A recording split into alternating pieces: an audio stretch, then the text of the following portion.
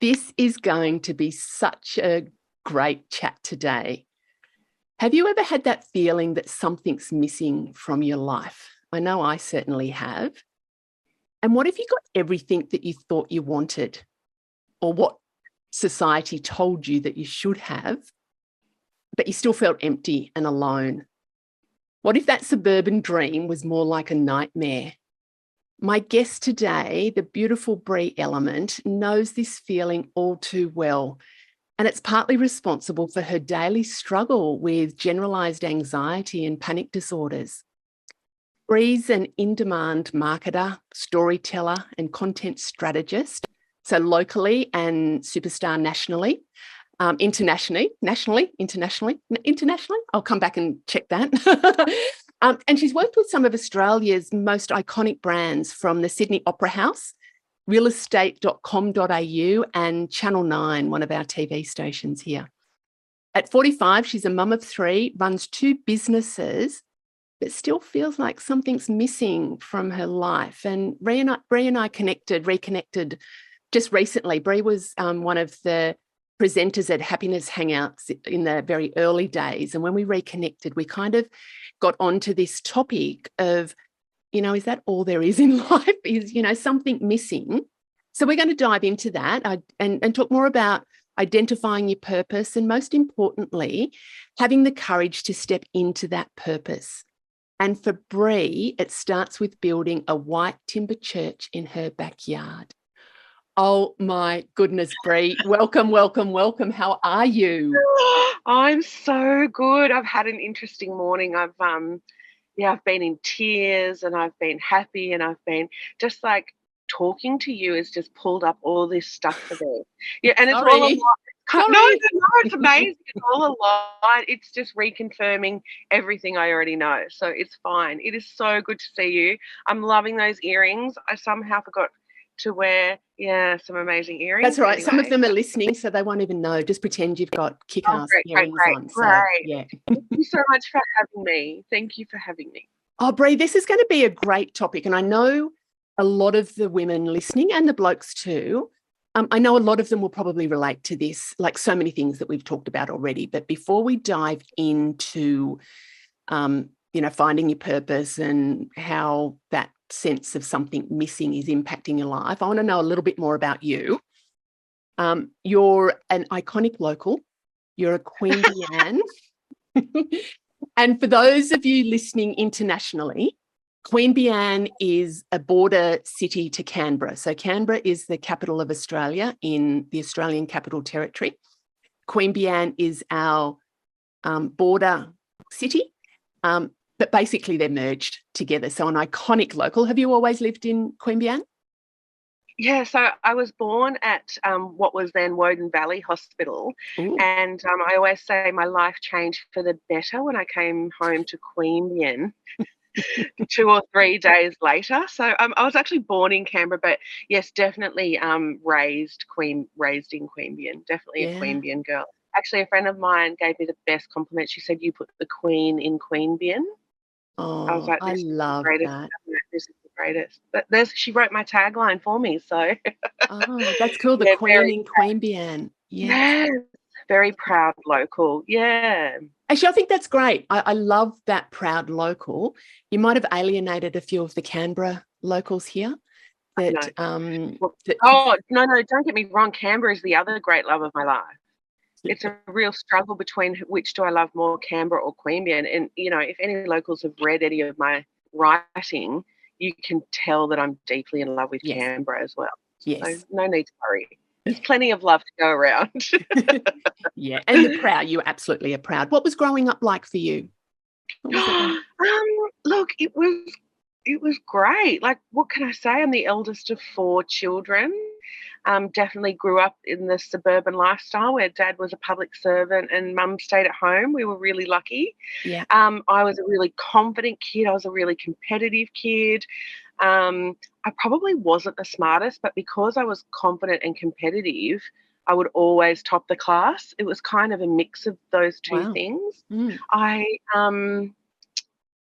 loved school because it was social, and I loved learning, so I just loved school. And, straight out of high school landed a job as a journalist on the local newspaper. They don't kind of do these traineeships anymore. It was called a cadetship. Yep. But that really fed my sense of curiosity and my need for variety, and probably a little bit of, ADHD there, where I was doing something different every day. But it really was my training ground in becoming a storyteller. And so, being a storyteller is just the greatest gift and the greatest honor of my life. And I'm so thankful that I'm just so curious about the world around me to be able to share. Kind of have this mindset my mindset is, if I find it fascinating, there's a really high chance someone else will. If I find something interesting, someone else will. So that kind of storytelling and ability to write quickly and well has underpinned my career, and I've been in communications and marketing for about 25 years. So, yeah, look, you know that when you got the cadetship from school, was that a conscious choice and decision, or was that not at all? No. So I had a mentor at the time who it's like something from a movie. He was this old Swedish guy who was actually a filmmaker who'd moved to Queanbeyan and really loved young people and wanted to help young people. It is so bizarre. Yeah. His name was Gunnar Isaacson, and what was he doing in Queanbeyan? I have no idea. Why was he so passionate about youth? I don't know. But anyway, Gunnar, which we called him with his Aussie name, he got me writing a column for the local paper when I was like 15, 16. So I'd been contributing to the paper as a teenager, believe it or not. And then when I turned 18, he convinced the editor to give me a traineeship. So it really was a little bit of, me wanting. I knew I wanted to be a journalist. I kind of did actually know that.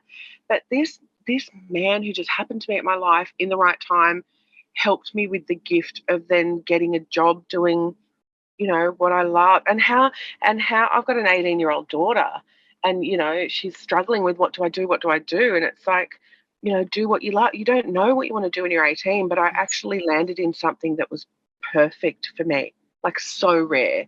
And I think, I think that is rare. The thing I'm finding more and more that's maybe not as rare is that when people are going through sort of different elements of life, there's somebody there that sees something in them that they don't often see for themselves. And that's the catalyst to be able to go down a different path in life, so it is rare and it's very special. I'm just going to pause for 2 secs. Okay, we're just back. We had just some technical difficulties. Bree is just freezing. So anybody watching YouTube, there might be a little bit of freezing there, but we can hear you fine. So lovely that you had somebody that kind of saw something in you and opened an opportunity. That's really cool. Talking about Bree having mentors at 16, 18, like however many years ago that's a fairly rare thing too. Agree. But really like powerful. So you just don't, years and years later, because I had people in my life that did something similar when I was in the workplace and I was just a angry 19-year-old that hated the world. Somebody saw something in me and that just opened up the doors that led to my career. Amazing. Yeah, just amazing and so grateful. And I would not have it's not till years later that I went, oh, actually, that was really important. Yeah. So we get to do that, hopefully, with others. I hope so. Yeah. Now, Bree, when we were jumping online, before when we had a little chat about how you're going and just getting our heads in the zone, you actually shared with me that you felt quite vulnerable about the recording. Now, you've already said this, and I know this. You are confident, you are competent. What was that vulnerability and that kind of nervousness about? So it was probably a couple of things, or many different things. So one is I always want to be of help. One is I really saw this as an opportunity to help. And my anxiety was saying to me, no one will care about what you're saying. You know, I worried about whether this would help people at all. You know, me, oh, it's just you talking about yourself. No one cares. You know, this is, and for some people with anxiety, they'll understand this. And so I just was really anxious about this being a helpful tool. And I think just by being here, I really hope that some of what I say resonates with someone. If one person is, driving along listening and I say something that resonates, I think I've done that job. I think I've helped in some small way. That was kind of one thing, is I want to be helpful, and my brain's telling me you're not helpful. And I think the other thing is, is this massive not a realization, but a reconfirming of what I'm meant to be doing in my life.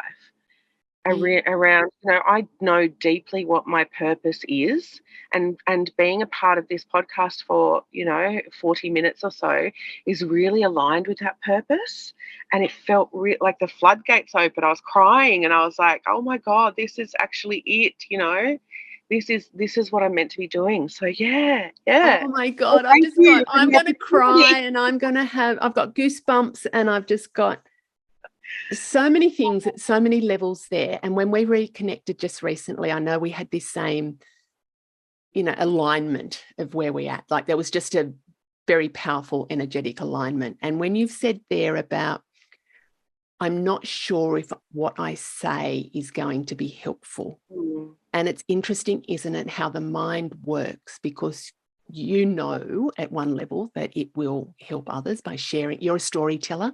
You're sharing your story, and people relate to stories.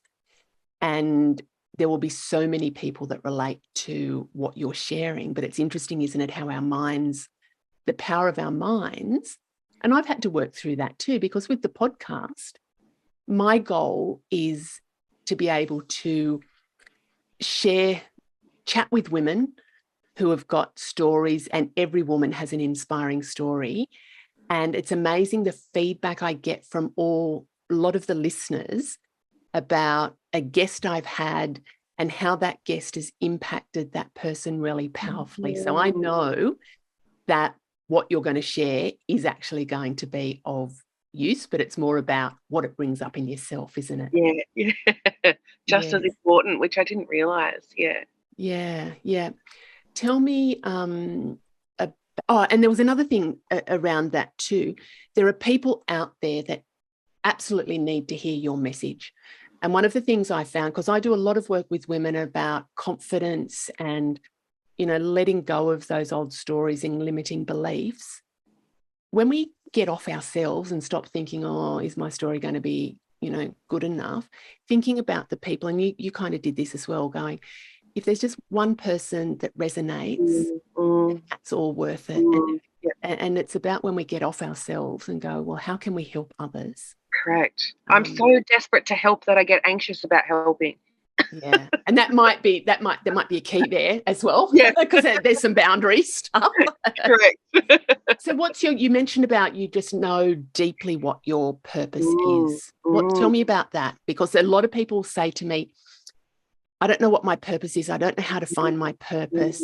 I don't believe what my purpose is. So what's your deep feeling about what your purpose is? It's so interesting, because I remember like this moment, and it was at the end of 2013, where I just woke up, and before then I'd lived this like actually really happy life with phenomenal jobs and, two beautiful kids and this love, my partner, lovely man.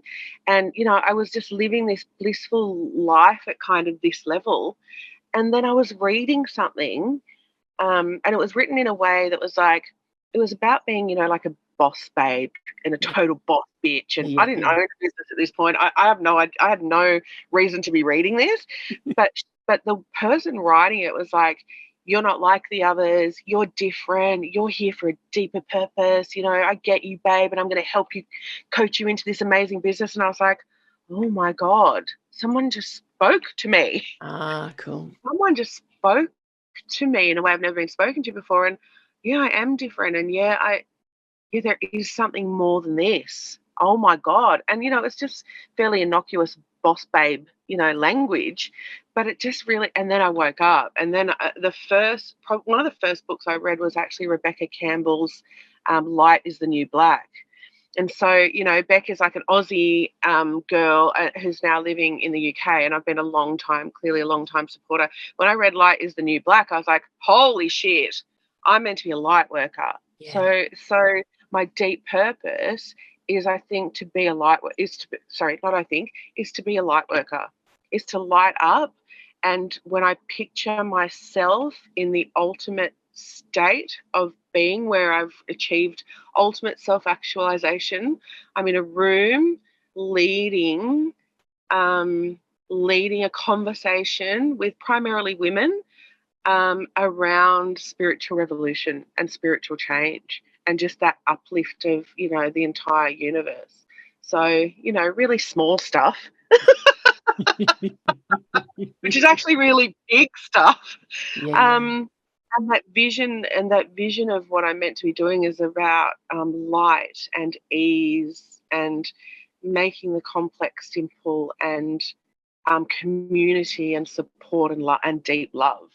So that's where and I always refer to myself as a high priestess, jokingly, but that's actually what I would love to be. And isn't that interesting when at the beginning of this chat, the Queen of Queanbeyan, high priestess and light worker. And it's really, I'm going to unpack this a little bit, because you sort of said, in 2013, I woke up, and it's almost, and a lot of people I know experience their version of that life is something, and then there's something that triggers to go, oh, there's something more. And it's about paying attention to what that something more could be. And you're explaining it like a light worker, to share that light and positivity. What I'm not hearing, and you're sort of saying being a high priestess and sharing spirituality, that it's the essence of what your purpose is, and how it manifests might be quite different for you than it is for other people. And I think that's the stage you're at, is how am I going to, what's my next stage in the journey to actually manifest and become that? So before we go there, when we're talking about what is our purpose, and that sounds absolutely beautiful, and, same, but different. Yes.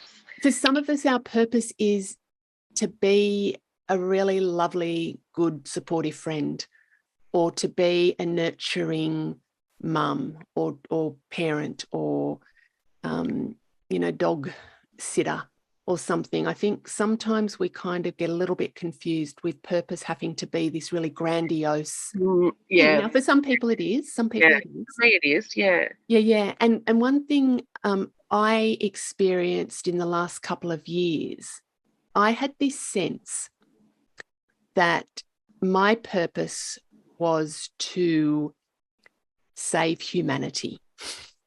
So if you think your purpose is you just you're like, I see your high priestess and I raise you as save humanity. I'm like, whoa. But you know what? I never went around going, I have to save humanity. I have to save humanity. This came out through an iterative process of self-reflection. But what it came to me is like, far out. I have this sense that I am responsible for saving humanity. And if you can feel the weight of what that is, I felt this over responsibility. And the way that manifested was, I just felt responsible to make everything okay for everybody. Wow. And it wasn't like I had boundaries in place, but it was this internal weight that I carried. And through the process, and this is the guidance I got from my guides, they said, now, Catherine, you've kind of taken your mandate for this lifetime. You've kind of misinterpreted what we want you to do. Oh. So your job isn't to save humanity, because no one person can do that. Your job is to actually spread light, spread love, and help individuals to live their best lives. And by doing that, you're sprinkling your magic and your positivity. That's actually helping humanity to be a better place. So when I got that insight, so this insight was through, self-reflection, my connection with my guides, there was this whole relief, Bree, that just went, thank goodness. Yeah. And it really helped me to just set some other boundaries in place. So I guess the reason I'm sharing that is when we come in and we feel that we have this really big purpose, because you've said also, I just want to help everybody. That's great, but it can be tiring and taxing. So it's about how do you do the light worker bit and still be the high priestess, which you can absolutely, which you already are, but without that added burden of over responsibility. Absolutely. And there's things I already do around light work that I used to do probably more frequently that I don't anymore, but is just, telling my own story and telling the truth and sharing how I feel and sharing tips for, how I deal with my anxiety, but also showing deep gratitude for the things I have. And there's all different types of light work. For some reason, I've got this picture, of my white timber church and me, which is a really religious picture, right? And I'm in no way religious and no way, want to be in any of those formalized structures of being an actual priest or priestess. But you're right. I there's lots of ways of being a light worker. I would say that if I had time, I'd do better. I would say you already are doing that through you've been given the gift of writing and storytelling. That's being a light worker. And just by one of the things I always think about as well for myself, but for others, is when we show up authentically and as we are, that's being a light worker. 100%. Because what we're doing is we are comfortable and confident to be ourselves, with all the bits that go with it. Sometimes need to polish a few of those edges, but when we're comfortable, I think other people see that, and then it kind of helps them to be comfortable to be who they are, and without all this pretense of having to be better or should be doing something, or like you said, all those societal expectations. Goodness. Yeah. So do you have a white church, or is no, that but I have a husband who's a cabinet maker, so almost a carpenter. So if I buy the wood, you'll create it. I also don't have a backyard. That'll come. I will manifest all of this. You watch, and you will come to the church of Breezes, basically. So. Breezes. Oh, I love it. Praise Breezes. Oh my gosh, you've got that all planned out. No, a friend of mine came up with that, and it's hilarious. It's a joke. Joke, but not joke. Correct. Joke, but also a dream, right? One of my big fears, one of my big anxieties is people just thinking that I'm crazy, right? Seeing her going, listening to this and going, oh my God, this woman wants to be a priestess with a church in her backyard. Like, what? And people just thinking that I'm, really scared of being seen as like this woo-woo, hippie, crazy, she's lost the plot kind of person. I just really, I'm from fairly, how do you describe it? Not rigid, but fairly, I'm from a household where talking kind of mainstreamy. Correct. Mainstream. A household where religion wasn't really talked about. We just kind of went to scripture at school, and we never talked about spirituality, and that's no one's fault. It just wasn't a thing. So now when I talk about it, and I'm like, I don't want people to think I've lost the plot of this real anxiety of, Bree's lost her mind. But that's just one of my fears, right? I'm stepping into who I'm meant to be, and my ego and everything else is, screaming, don't do this. People, you're going to ruin your life. People think you're crazy. Everything's screaming at me to not be my true self. And I need to have the courage to be my true self. Yeah. This is me trying to find the courage to be who I truly am. And Tony Robbins, I know he's polarizing. Like, people either love him or hate him. And I absolutely love him. Yeah, I do He too. talks about the inner and the outer game. Yeah. So in terms of the outer game, like, I'm pretty successful. From other people's points of view, or, from what success looks like from the outside, I've got a house, I've got 3 kids, I've got my hubby, I've got 2 businesses, I'm a storyteller, and then the inner game. So my outer game's pretty strong, and then my inner game is like, oh dear, it's like I'm not even close to living the life that will bring me true fulfillment. I'm not even close. I reckon there will be so many people that will go, oh my gosh, she's just talking directly to me. Because it's that. And also, I was actually talking with a client yesterday who explained it kind of the same. She said, I'm externally confident. People see I get stuff done. I'm pretty capable. But on the inside, I have this fear and self-doubt running. And people don't, when I say I'm not ready for something, people go, no, you're fine. You're really capable. And then that kind of pushes her into this next level of something. And I've experienced that as well. Like, I've had that same external, very, very competent, internally going, what the fuck am I even doing a lot of the time? Correct. Yeah. So we spend our entire lives on the outer game. Yeah. So I've got a nice car, I've got the house, I'm leading the way, I've got businesses, I've got 3 kids, I'm doing everything that everyone wanted me to do and what I thought I wanted to do. Yeah.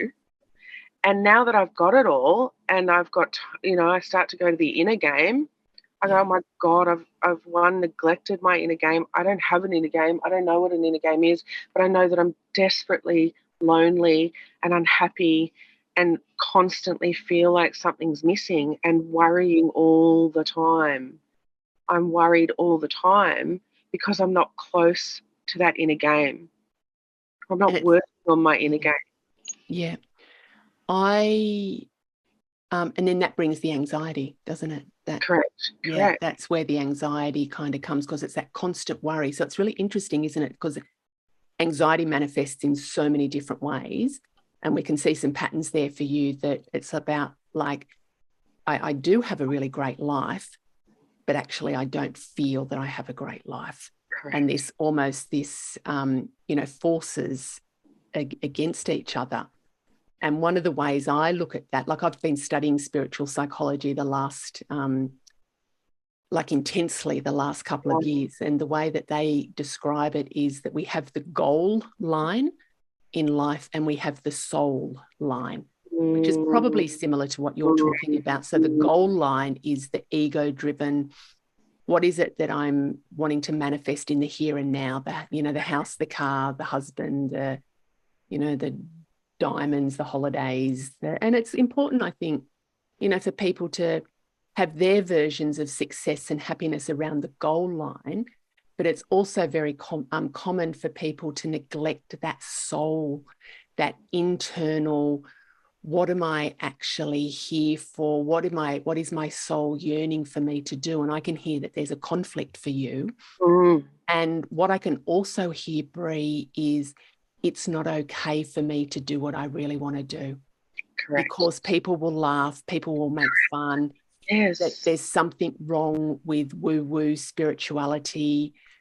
So Bree's gone insane. Yes. Yeah, yeah. So one of the things that I do when I'm working with clients and for myself as well, going, well, why can't, like, where's that coming from? Where's that feeling of it's not okay for me to do what I want, where does that come from? And sometimes it's a obvious response.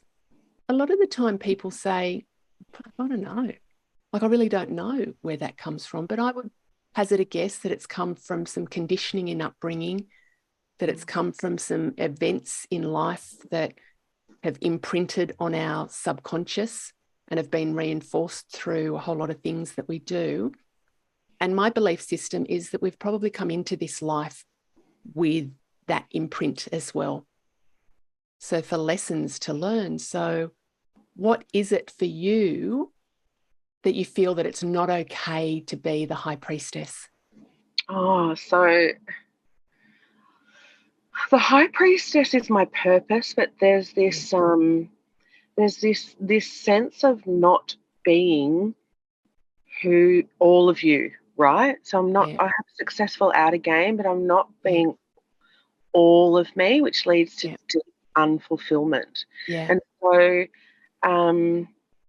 you know, I read this quote and it was like, you know, if 25,000 monks meditated for an hour on the same thing, what the essence of what they would come up with is be you, Yes. but be all of you. Yeah. Okay.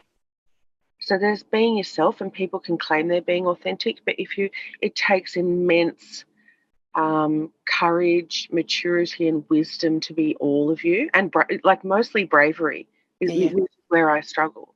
Yeah. So am I being all of me with my husband? No. Mm. Am I being all of me as Bree the mum? No. Am I being all of me as Bree, you know, all of the internal relationships? No. Mm. And so, you know, to be all of me, there's some pretty outrageous things there that would, you know, embarrass probably my family, would definitely embarrass my mum, would totally rock the foundation of probably my marriage, would potentially embarrass my kids, would, you know, it's how do I have the courage? How am I going to have the courage to do what I know I want to do to lead to deep fulfillment when all of these other stakeholders could be left in the dust? You know, I could alienate it's the fear of my. Do you know that for sure? Do you know that you will? No. Sometimes it's stuff that we tell ourselves. And it's also like, for me, it's what comes forward for me when I meet people and they go, this is me, I don't give a shit what people think, I'm going to be me regardless. And part of me goes, oh, good on you for being so comfortable and confident in yourself. But it's also about what is the impact of you being you having on other people? So I don't think, my belief is, others probably might think differently, is that, yes, be ourselves, but also be very cognizant about what being ourselves might mean. And we do have to adapt. And we don't show everything in every situation. And what I've experienced, like, I'm always pretty authentic, but I've had a very carefully curated filter about which bits I will show. And I still do have that filter. Sometimes I don't.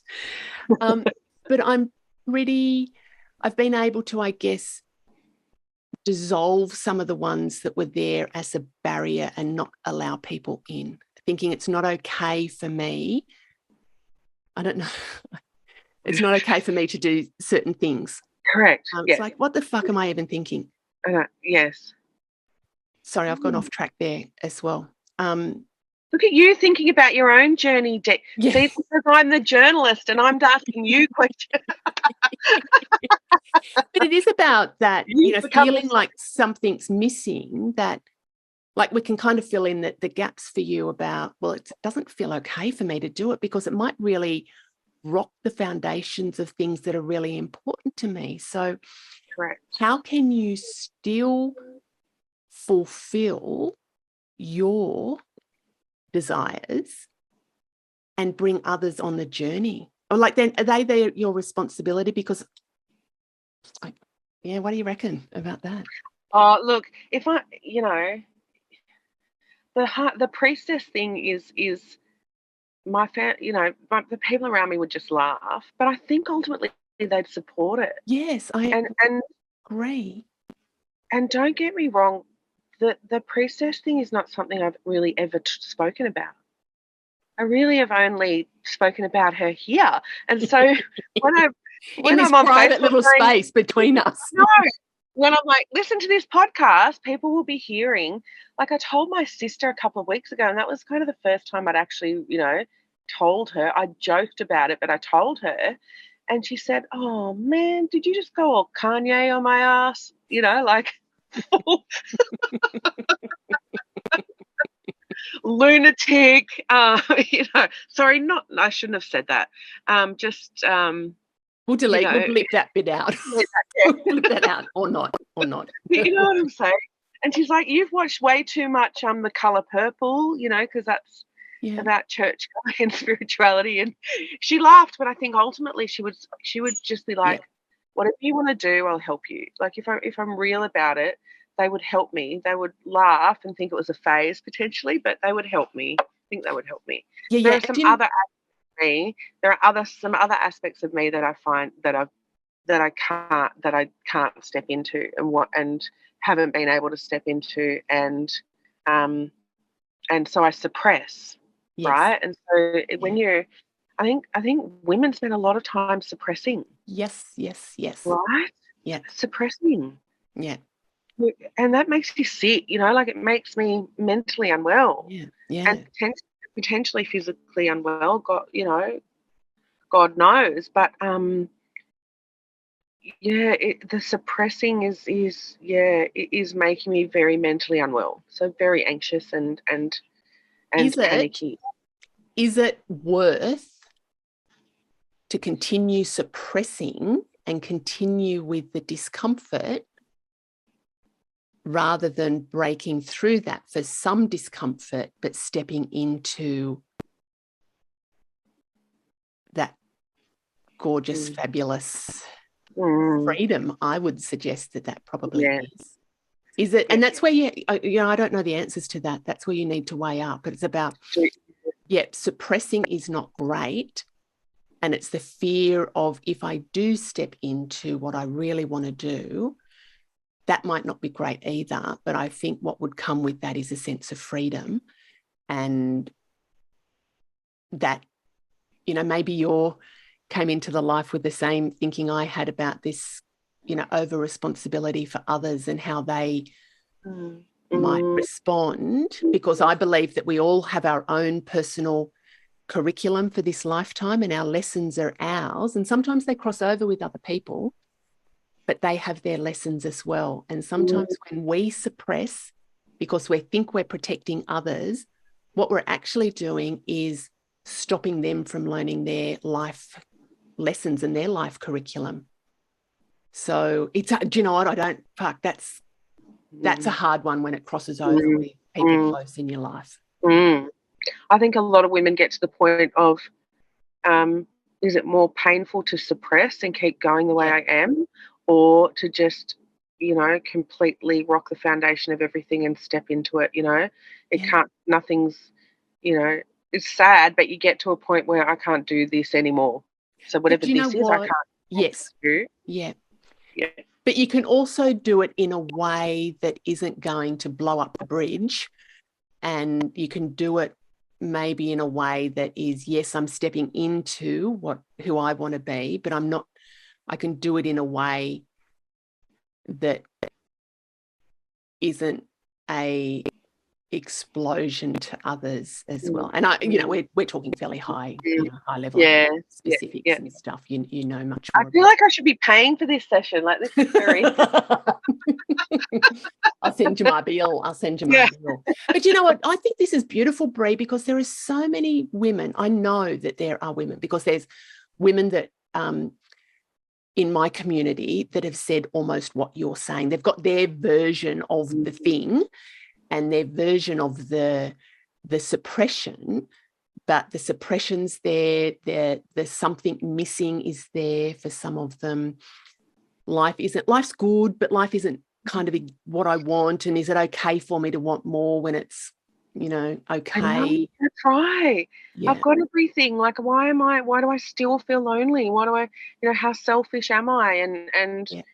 be thankful there are others in worse situations, and, Yeah. feel eternally guilty for feeling empty and lonely, but you can't help it. That's just how you feel. Yes. And I think when you acknowledge the feelings and you Correct. go, oh, yeah, I am empty, I am lonely, it's the internal game, I get that. What is my soul really yearning for? And I think you've probably got the answers to that. And what is my soul yearning for? And then how can my soul help me to actually make that happen? And how can I do it in a way that is for the highest good of everybody concerned? For me, that's a really important part of my process. How can I do what I want to do for the highest good of everybody concerned? So that's me. So it meets my needs, and it's also for the highest good of others. And sometimes the highest good for others is not something easy and nice and roses and stuff, but it is for their highest good. So it's there's this fantastic book written a few years ago called The Happiness Project. Yeah. I forget the author. It was great. Yeah. But actually, I would love to write a book called The Courage Project. Yeah. And what happens to relationships and to your entire outer life when you focus on the inner game instead of the outer game. Do you know, that's really cool. Write that book. Absolutely write that book. Can I write the foreword for you? Yes, please. Yeah, write the book. And I have on, like, one of my taglines is the secret to my success is the courage to be happy. So it's interesting you've mentioned those two books, but really the secret to my success is, life wasn't great for a lot of years and I wasn't happy and I didn't think it was okay to be happy. And I made the decision that I didn't want to live the way I was living. I didn't exactly know how I was going to live, but I made the decision that I didn't want to live like that. Wow. And I made what the were you decision. doing at that point? What was you? Were you outer life focused, outer game focused? I was fucked focused. Like, sorry, I was. This is on the back of so mum passed away when I was young. That left me in a really traumatic state, like, fear, lonely, unsure, angry. But externally, I was quite capable. I had to become independent, quite capable. But it was in my mid-20s when it was probably about 10 years after mum passed away. And I went, I'm tired. I'm exhausted of just being angry and miserable all the time. And it was when I was learning some, getting exposed to different kind of tools and techniques to help clients. But it was just like, actually, this is helping me. And I made the decision, Bree, back then to go, I'm going to make it my mission to live my best and most beautiful life that I can, in honor of my mum who died at 36, but in honor of me to, I could either be miserable and shitty for the rest of my life and what impact's that going to have, or I can try and, really make a commitment to have a good life. And I've had stuff happen, ups and downs and things like that, but the courage to step through what I was going through to change my life. So for me, it was about being happy. And there's different versions of what happiness means for people. So it was about that courage. I'm with you, that courage to actually move beyond where you are. And Bree will have a beautiful book. Can you write it quickly for people? Yeah. It's launching at the end of this year. There you go. I've given myself a deadline. Whoop, whoop, and you've said it publicly. Whoop, whoop, yeah. whoop. I just need a publisher if anyone's interested. There we go. Actually, there's probably some people. Do you know what? You could, I think that would be, and even going through that process would be cathartic for you to help you through your process, because you've got a sense of what you want to do. I think some of the next steps will be around getting more clarity about what that could look like. It's not taking action. A lot of people take action too early, and then they do kind of blow up the bridge. But it's about getting clarity, and you get clarity about the next step, and then you start doing some stuff around that. Then you'll get clarity around the next step. So if you try and get clarity about what's the whole thing going to look like now, you just get into this over analyzing. What would I really love to do? What could that look like? How could I make that happen? How could I do it where the people that are important to me in life support me? How could I do that? And then I reckon that's probably where you spend your thoughts. Then you'll get clarity around that, and then you'll move into a next phase, and you'll probably meet different people that'll open up some opportunities, and then you get clarity into the next phase of things, is what I kind of think, for what that's worth. Love it. Love. Oh my gosh, Bree, we could talk for ever and ever, and we will be talking again. So Bree's going to be a guest at the Happiness Hangout here in Canberra. So for those of you listening to this podcast and you want to actually get to meet Bree in real person and chat with her and ask questions, come along to the Happiness Hangout on the 7th of June. Any last little tips you'd like to share with anyone? What does fill your cup? Let me ask, what fills your cup?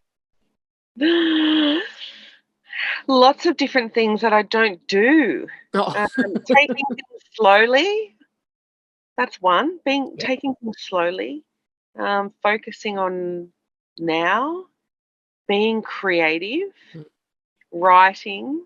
I do a lot of writing, but not writing not writing for myself. Just really simple things, but also outrageous things as well. Dressing up as a Playboy bunny, for example. Actually, where can people find you on socials? Because I think they need to follow you. Look, I've been pretty quiet on socials. It's partly my anxiety. It's partly I'm busy. It's partly like identity crisis. I had a bub 2 years ago, and every mum will know this. It's like, I don't know who I am, so I don't feel comfortable sharing, things. But anyway, I'm at Bree. Do you want to share on socials? Maybe you don't want. I share on my stories because it's impermanent. So Bree _Q News is probably the best one on Instagram. And we'll have all those details in the show notes as well, so people can follow Bree. Thank you so much. There's a lot there that so much there. I think people relate to. It totally didn't go the way I thought it would, but that's like good. Thank you for having me. Thanks, gorgeous. Okay. Thank you. Bye. And Bye. If anybody there wants more of what you heard today, pop over to the Happiness Hive website, which is happiness-hive, and sign up to the newsletter, because I do share tips and just life hacks and different things in the newsletter each week. So if you want to sign up, I'd love you to there. And we also have the links to the podcast. So thank you. Hugs and happiness. Bye.